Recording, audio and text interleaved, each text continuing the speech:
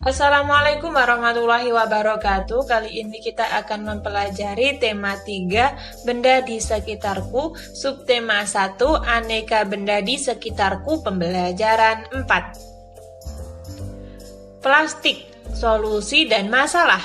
Perhatikan benda-benda yang ada di rumahmu. Sebutkan benda-benda yang terbuat dari plastik.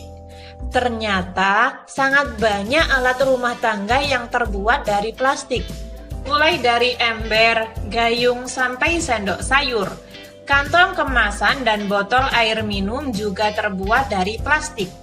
Sekarang ini banyak sekali benda berbahan dasar plastik. Mengapa? Karena plastik murah dan tahan lama. Bahan dari plastik tidak dapat menyerap air atau tidak tembus air. Plastik pun mudah dibentuk dan ringan. Oleh karena itu, plastik dapat dibuat menjadi berbagai benda. Plastik memberikan banyak manfaat, akan tetapi plastik juga dapat menimbulkan masalah. Plastik membutuhkan waktu yang lama untuk terurai secara alami, sekitar puluhan bahkan ratusan tahun. Ini adalah benda-benda dan waktu yang dibutuhkan dalam mengurai. Kertas dibutuhkan 2-5 bulan untuk mengurai. Kardus 5 bulan, kulit jeruk 6 bulan, putung rokok 10 tahun, kulit sepatu 25-40 tahun, plastik jenis bungkus deterjen itu sekitar 5-80 tahun, plastik biasa 50-100 tahun, kaleng soft drink 80-100 tahun, aluminium 80-100 tahun, baterai 100 tahun, kantong plastik atau tas kresek itu 10-20 tahun. Styrofoam tidak dapat diuraikan. Dapat dilihat di sini plastik itu penguraiannya cukup lama ya teman-teman. Jadi kamu dapat membayangkan apabila membuang kantong plastik sekarang. Kantong plastik akan terurai 10-20 tahun yang akan datang. Untuk mengurai sampah plastik dapat dilakukan dengan 3 cara, yaitu reduce, mengurangi, reuse, menggunakan kembali, dan recycle, mendaur ulang. Reduce adalah mengurangi penggunaan plastik. Contohnya, ketika berbelanja sebaiknya membawa tas belanja sendiri, sehingga tidak perlu menggunakan kantong plastik. Ini perlu kalian garis bawahi ya teman-teman, ini sangat penting. Lalu, reuse adalah memanfaatkan kembali sampah plastik. Misalnya, sampah kemasan botol minuman digunakan untuk membuat pot bunga. Recycle adalah daur ulang sampah plastik. Biasanya dilakukan di pabrik. Sampah plastik diolah menjadi barang baru yang dapat dimanfaatkan lagi. Kamu dapat membantu proses daur ulang dengan mengumpulkan dan mengelompokkan sampah plastik. Sampah plastik tidak dicampur dengan sampah lainnya. Berikan sampah plastik kepada pemulung atau petugas kebersihan. Merekalah yang akan membawanya ke pabrik daur ulang sampah. Gunakan plastik dengan bijak agar bumi selamat. Ini ya teman-teman, lambangnya segitiga ini loh. Kayak segitiga bentuknya. Kamu telah membaca wacana di atas. Kamu harus dapat mengurangi dan membatasi penggunaan bahan-bahan dari plastik. Untuk itu, lakukan kegiatan reduce, mengurangi, reuse, memanfaatkan kembali, dan recycle untuk mendaur ulang. Diskusikan dengan temanmu apa yang dapat dilakukan untuk reduce, reuse, dan recycle. Tulis hasilnya pada tabel berikut ini. Nah, di sini saya tidak memakai tabel ya teman-teman, karena menurut saya tabelnya terlalu kecil. Saya memakai ini aja. Reduce. Contoh kegiatan reduce sehari-hari. Yang pertama, memilih produk dengan kemasan yang dapat didaur ulang.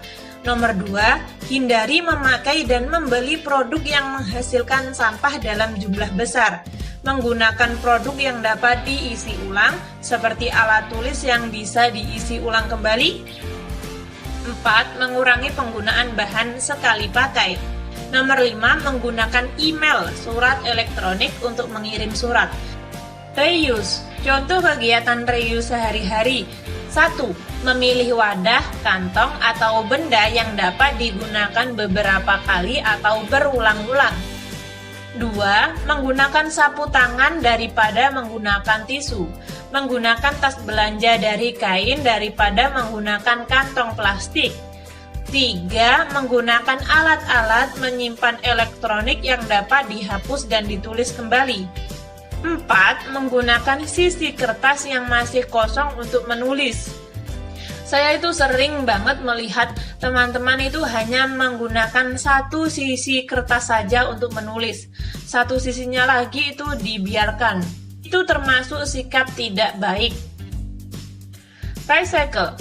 Contoh kegiatan recycle sehari-hari sebagai berikut. Yang pertama, memilih produk dan kemasan yang dapat didaur ulang dan mudah terurai. Nomor 2, mengolah sampah kertas menjadi kertas atau karton kembali. 3, melakukan pengolahan sampah organik menjadi kompos atau pupuk kandang biasanya. 4. Lakukan pengolahan sampah non-organik menjadi barang yang bermanfaat dan bahkan memiliki nilai jual. Mungkin kalian bisa membuat kerajinan dari sampah-sampah bekas, misalnya plastik atau kaleng-kaleng. Nah, kalian buat kerajinan lalu kalian jual, kan berarti mendapat uang ya teman-teman. Nah, kayak gitulah yang dimaksud dengan memiliki nilai jual. Amati lingkungan di sekolahmu. Banyakkah sampah plastik dari kantong kemasan makanan dan minuman? Catatlah hasil pengamatanmu. Berikan tanda centang jika kamu menemukannya. Kalian lihat di sekeliling sekolah kalian. Lokasinya sebelah mana? Ketika sebelah kantin, kalian tulis kantin. Sampah plastik kemasan makanan ada atau tidak di situ? Nah, ketika tidak ada, kalian biarkan. Lalu, sampah plastik kemasan minuman ada atau tidak di situ? Nah, ketika ada, kalian centang. Seperti itu cara pengerjaannya. Selamat melakukan pengamatan. Kamu telah melakukan pengamatan sampah plastik di lingkungan sekolahmu. Ceritakan hasil pengalamanmu secara tertulis. Perhatikan penggunaan huruf besar dan tanda baca yang tepat. Ingat ya teman-teman, ketika di awal kalimat itu memakai huruf kapital atau huruf besar. Nah, ketika kalimatnya sudah selesai, kalian sertakan titik di akhir. Di sekolah saya, sampah plastik dikelola dengan cukup baik, titik. Setiap siswa dan guru sudah terbiasa membuang sampah plastik ke tempat yang telah disediakan. Sampah plastik yang paling banyak ditemukan berupa botol minuman bekas, kantong plastik, dan lain sebagainya, titik.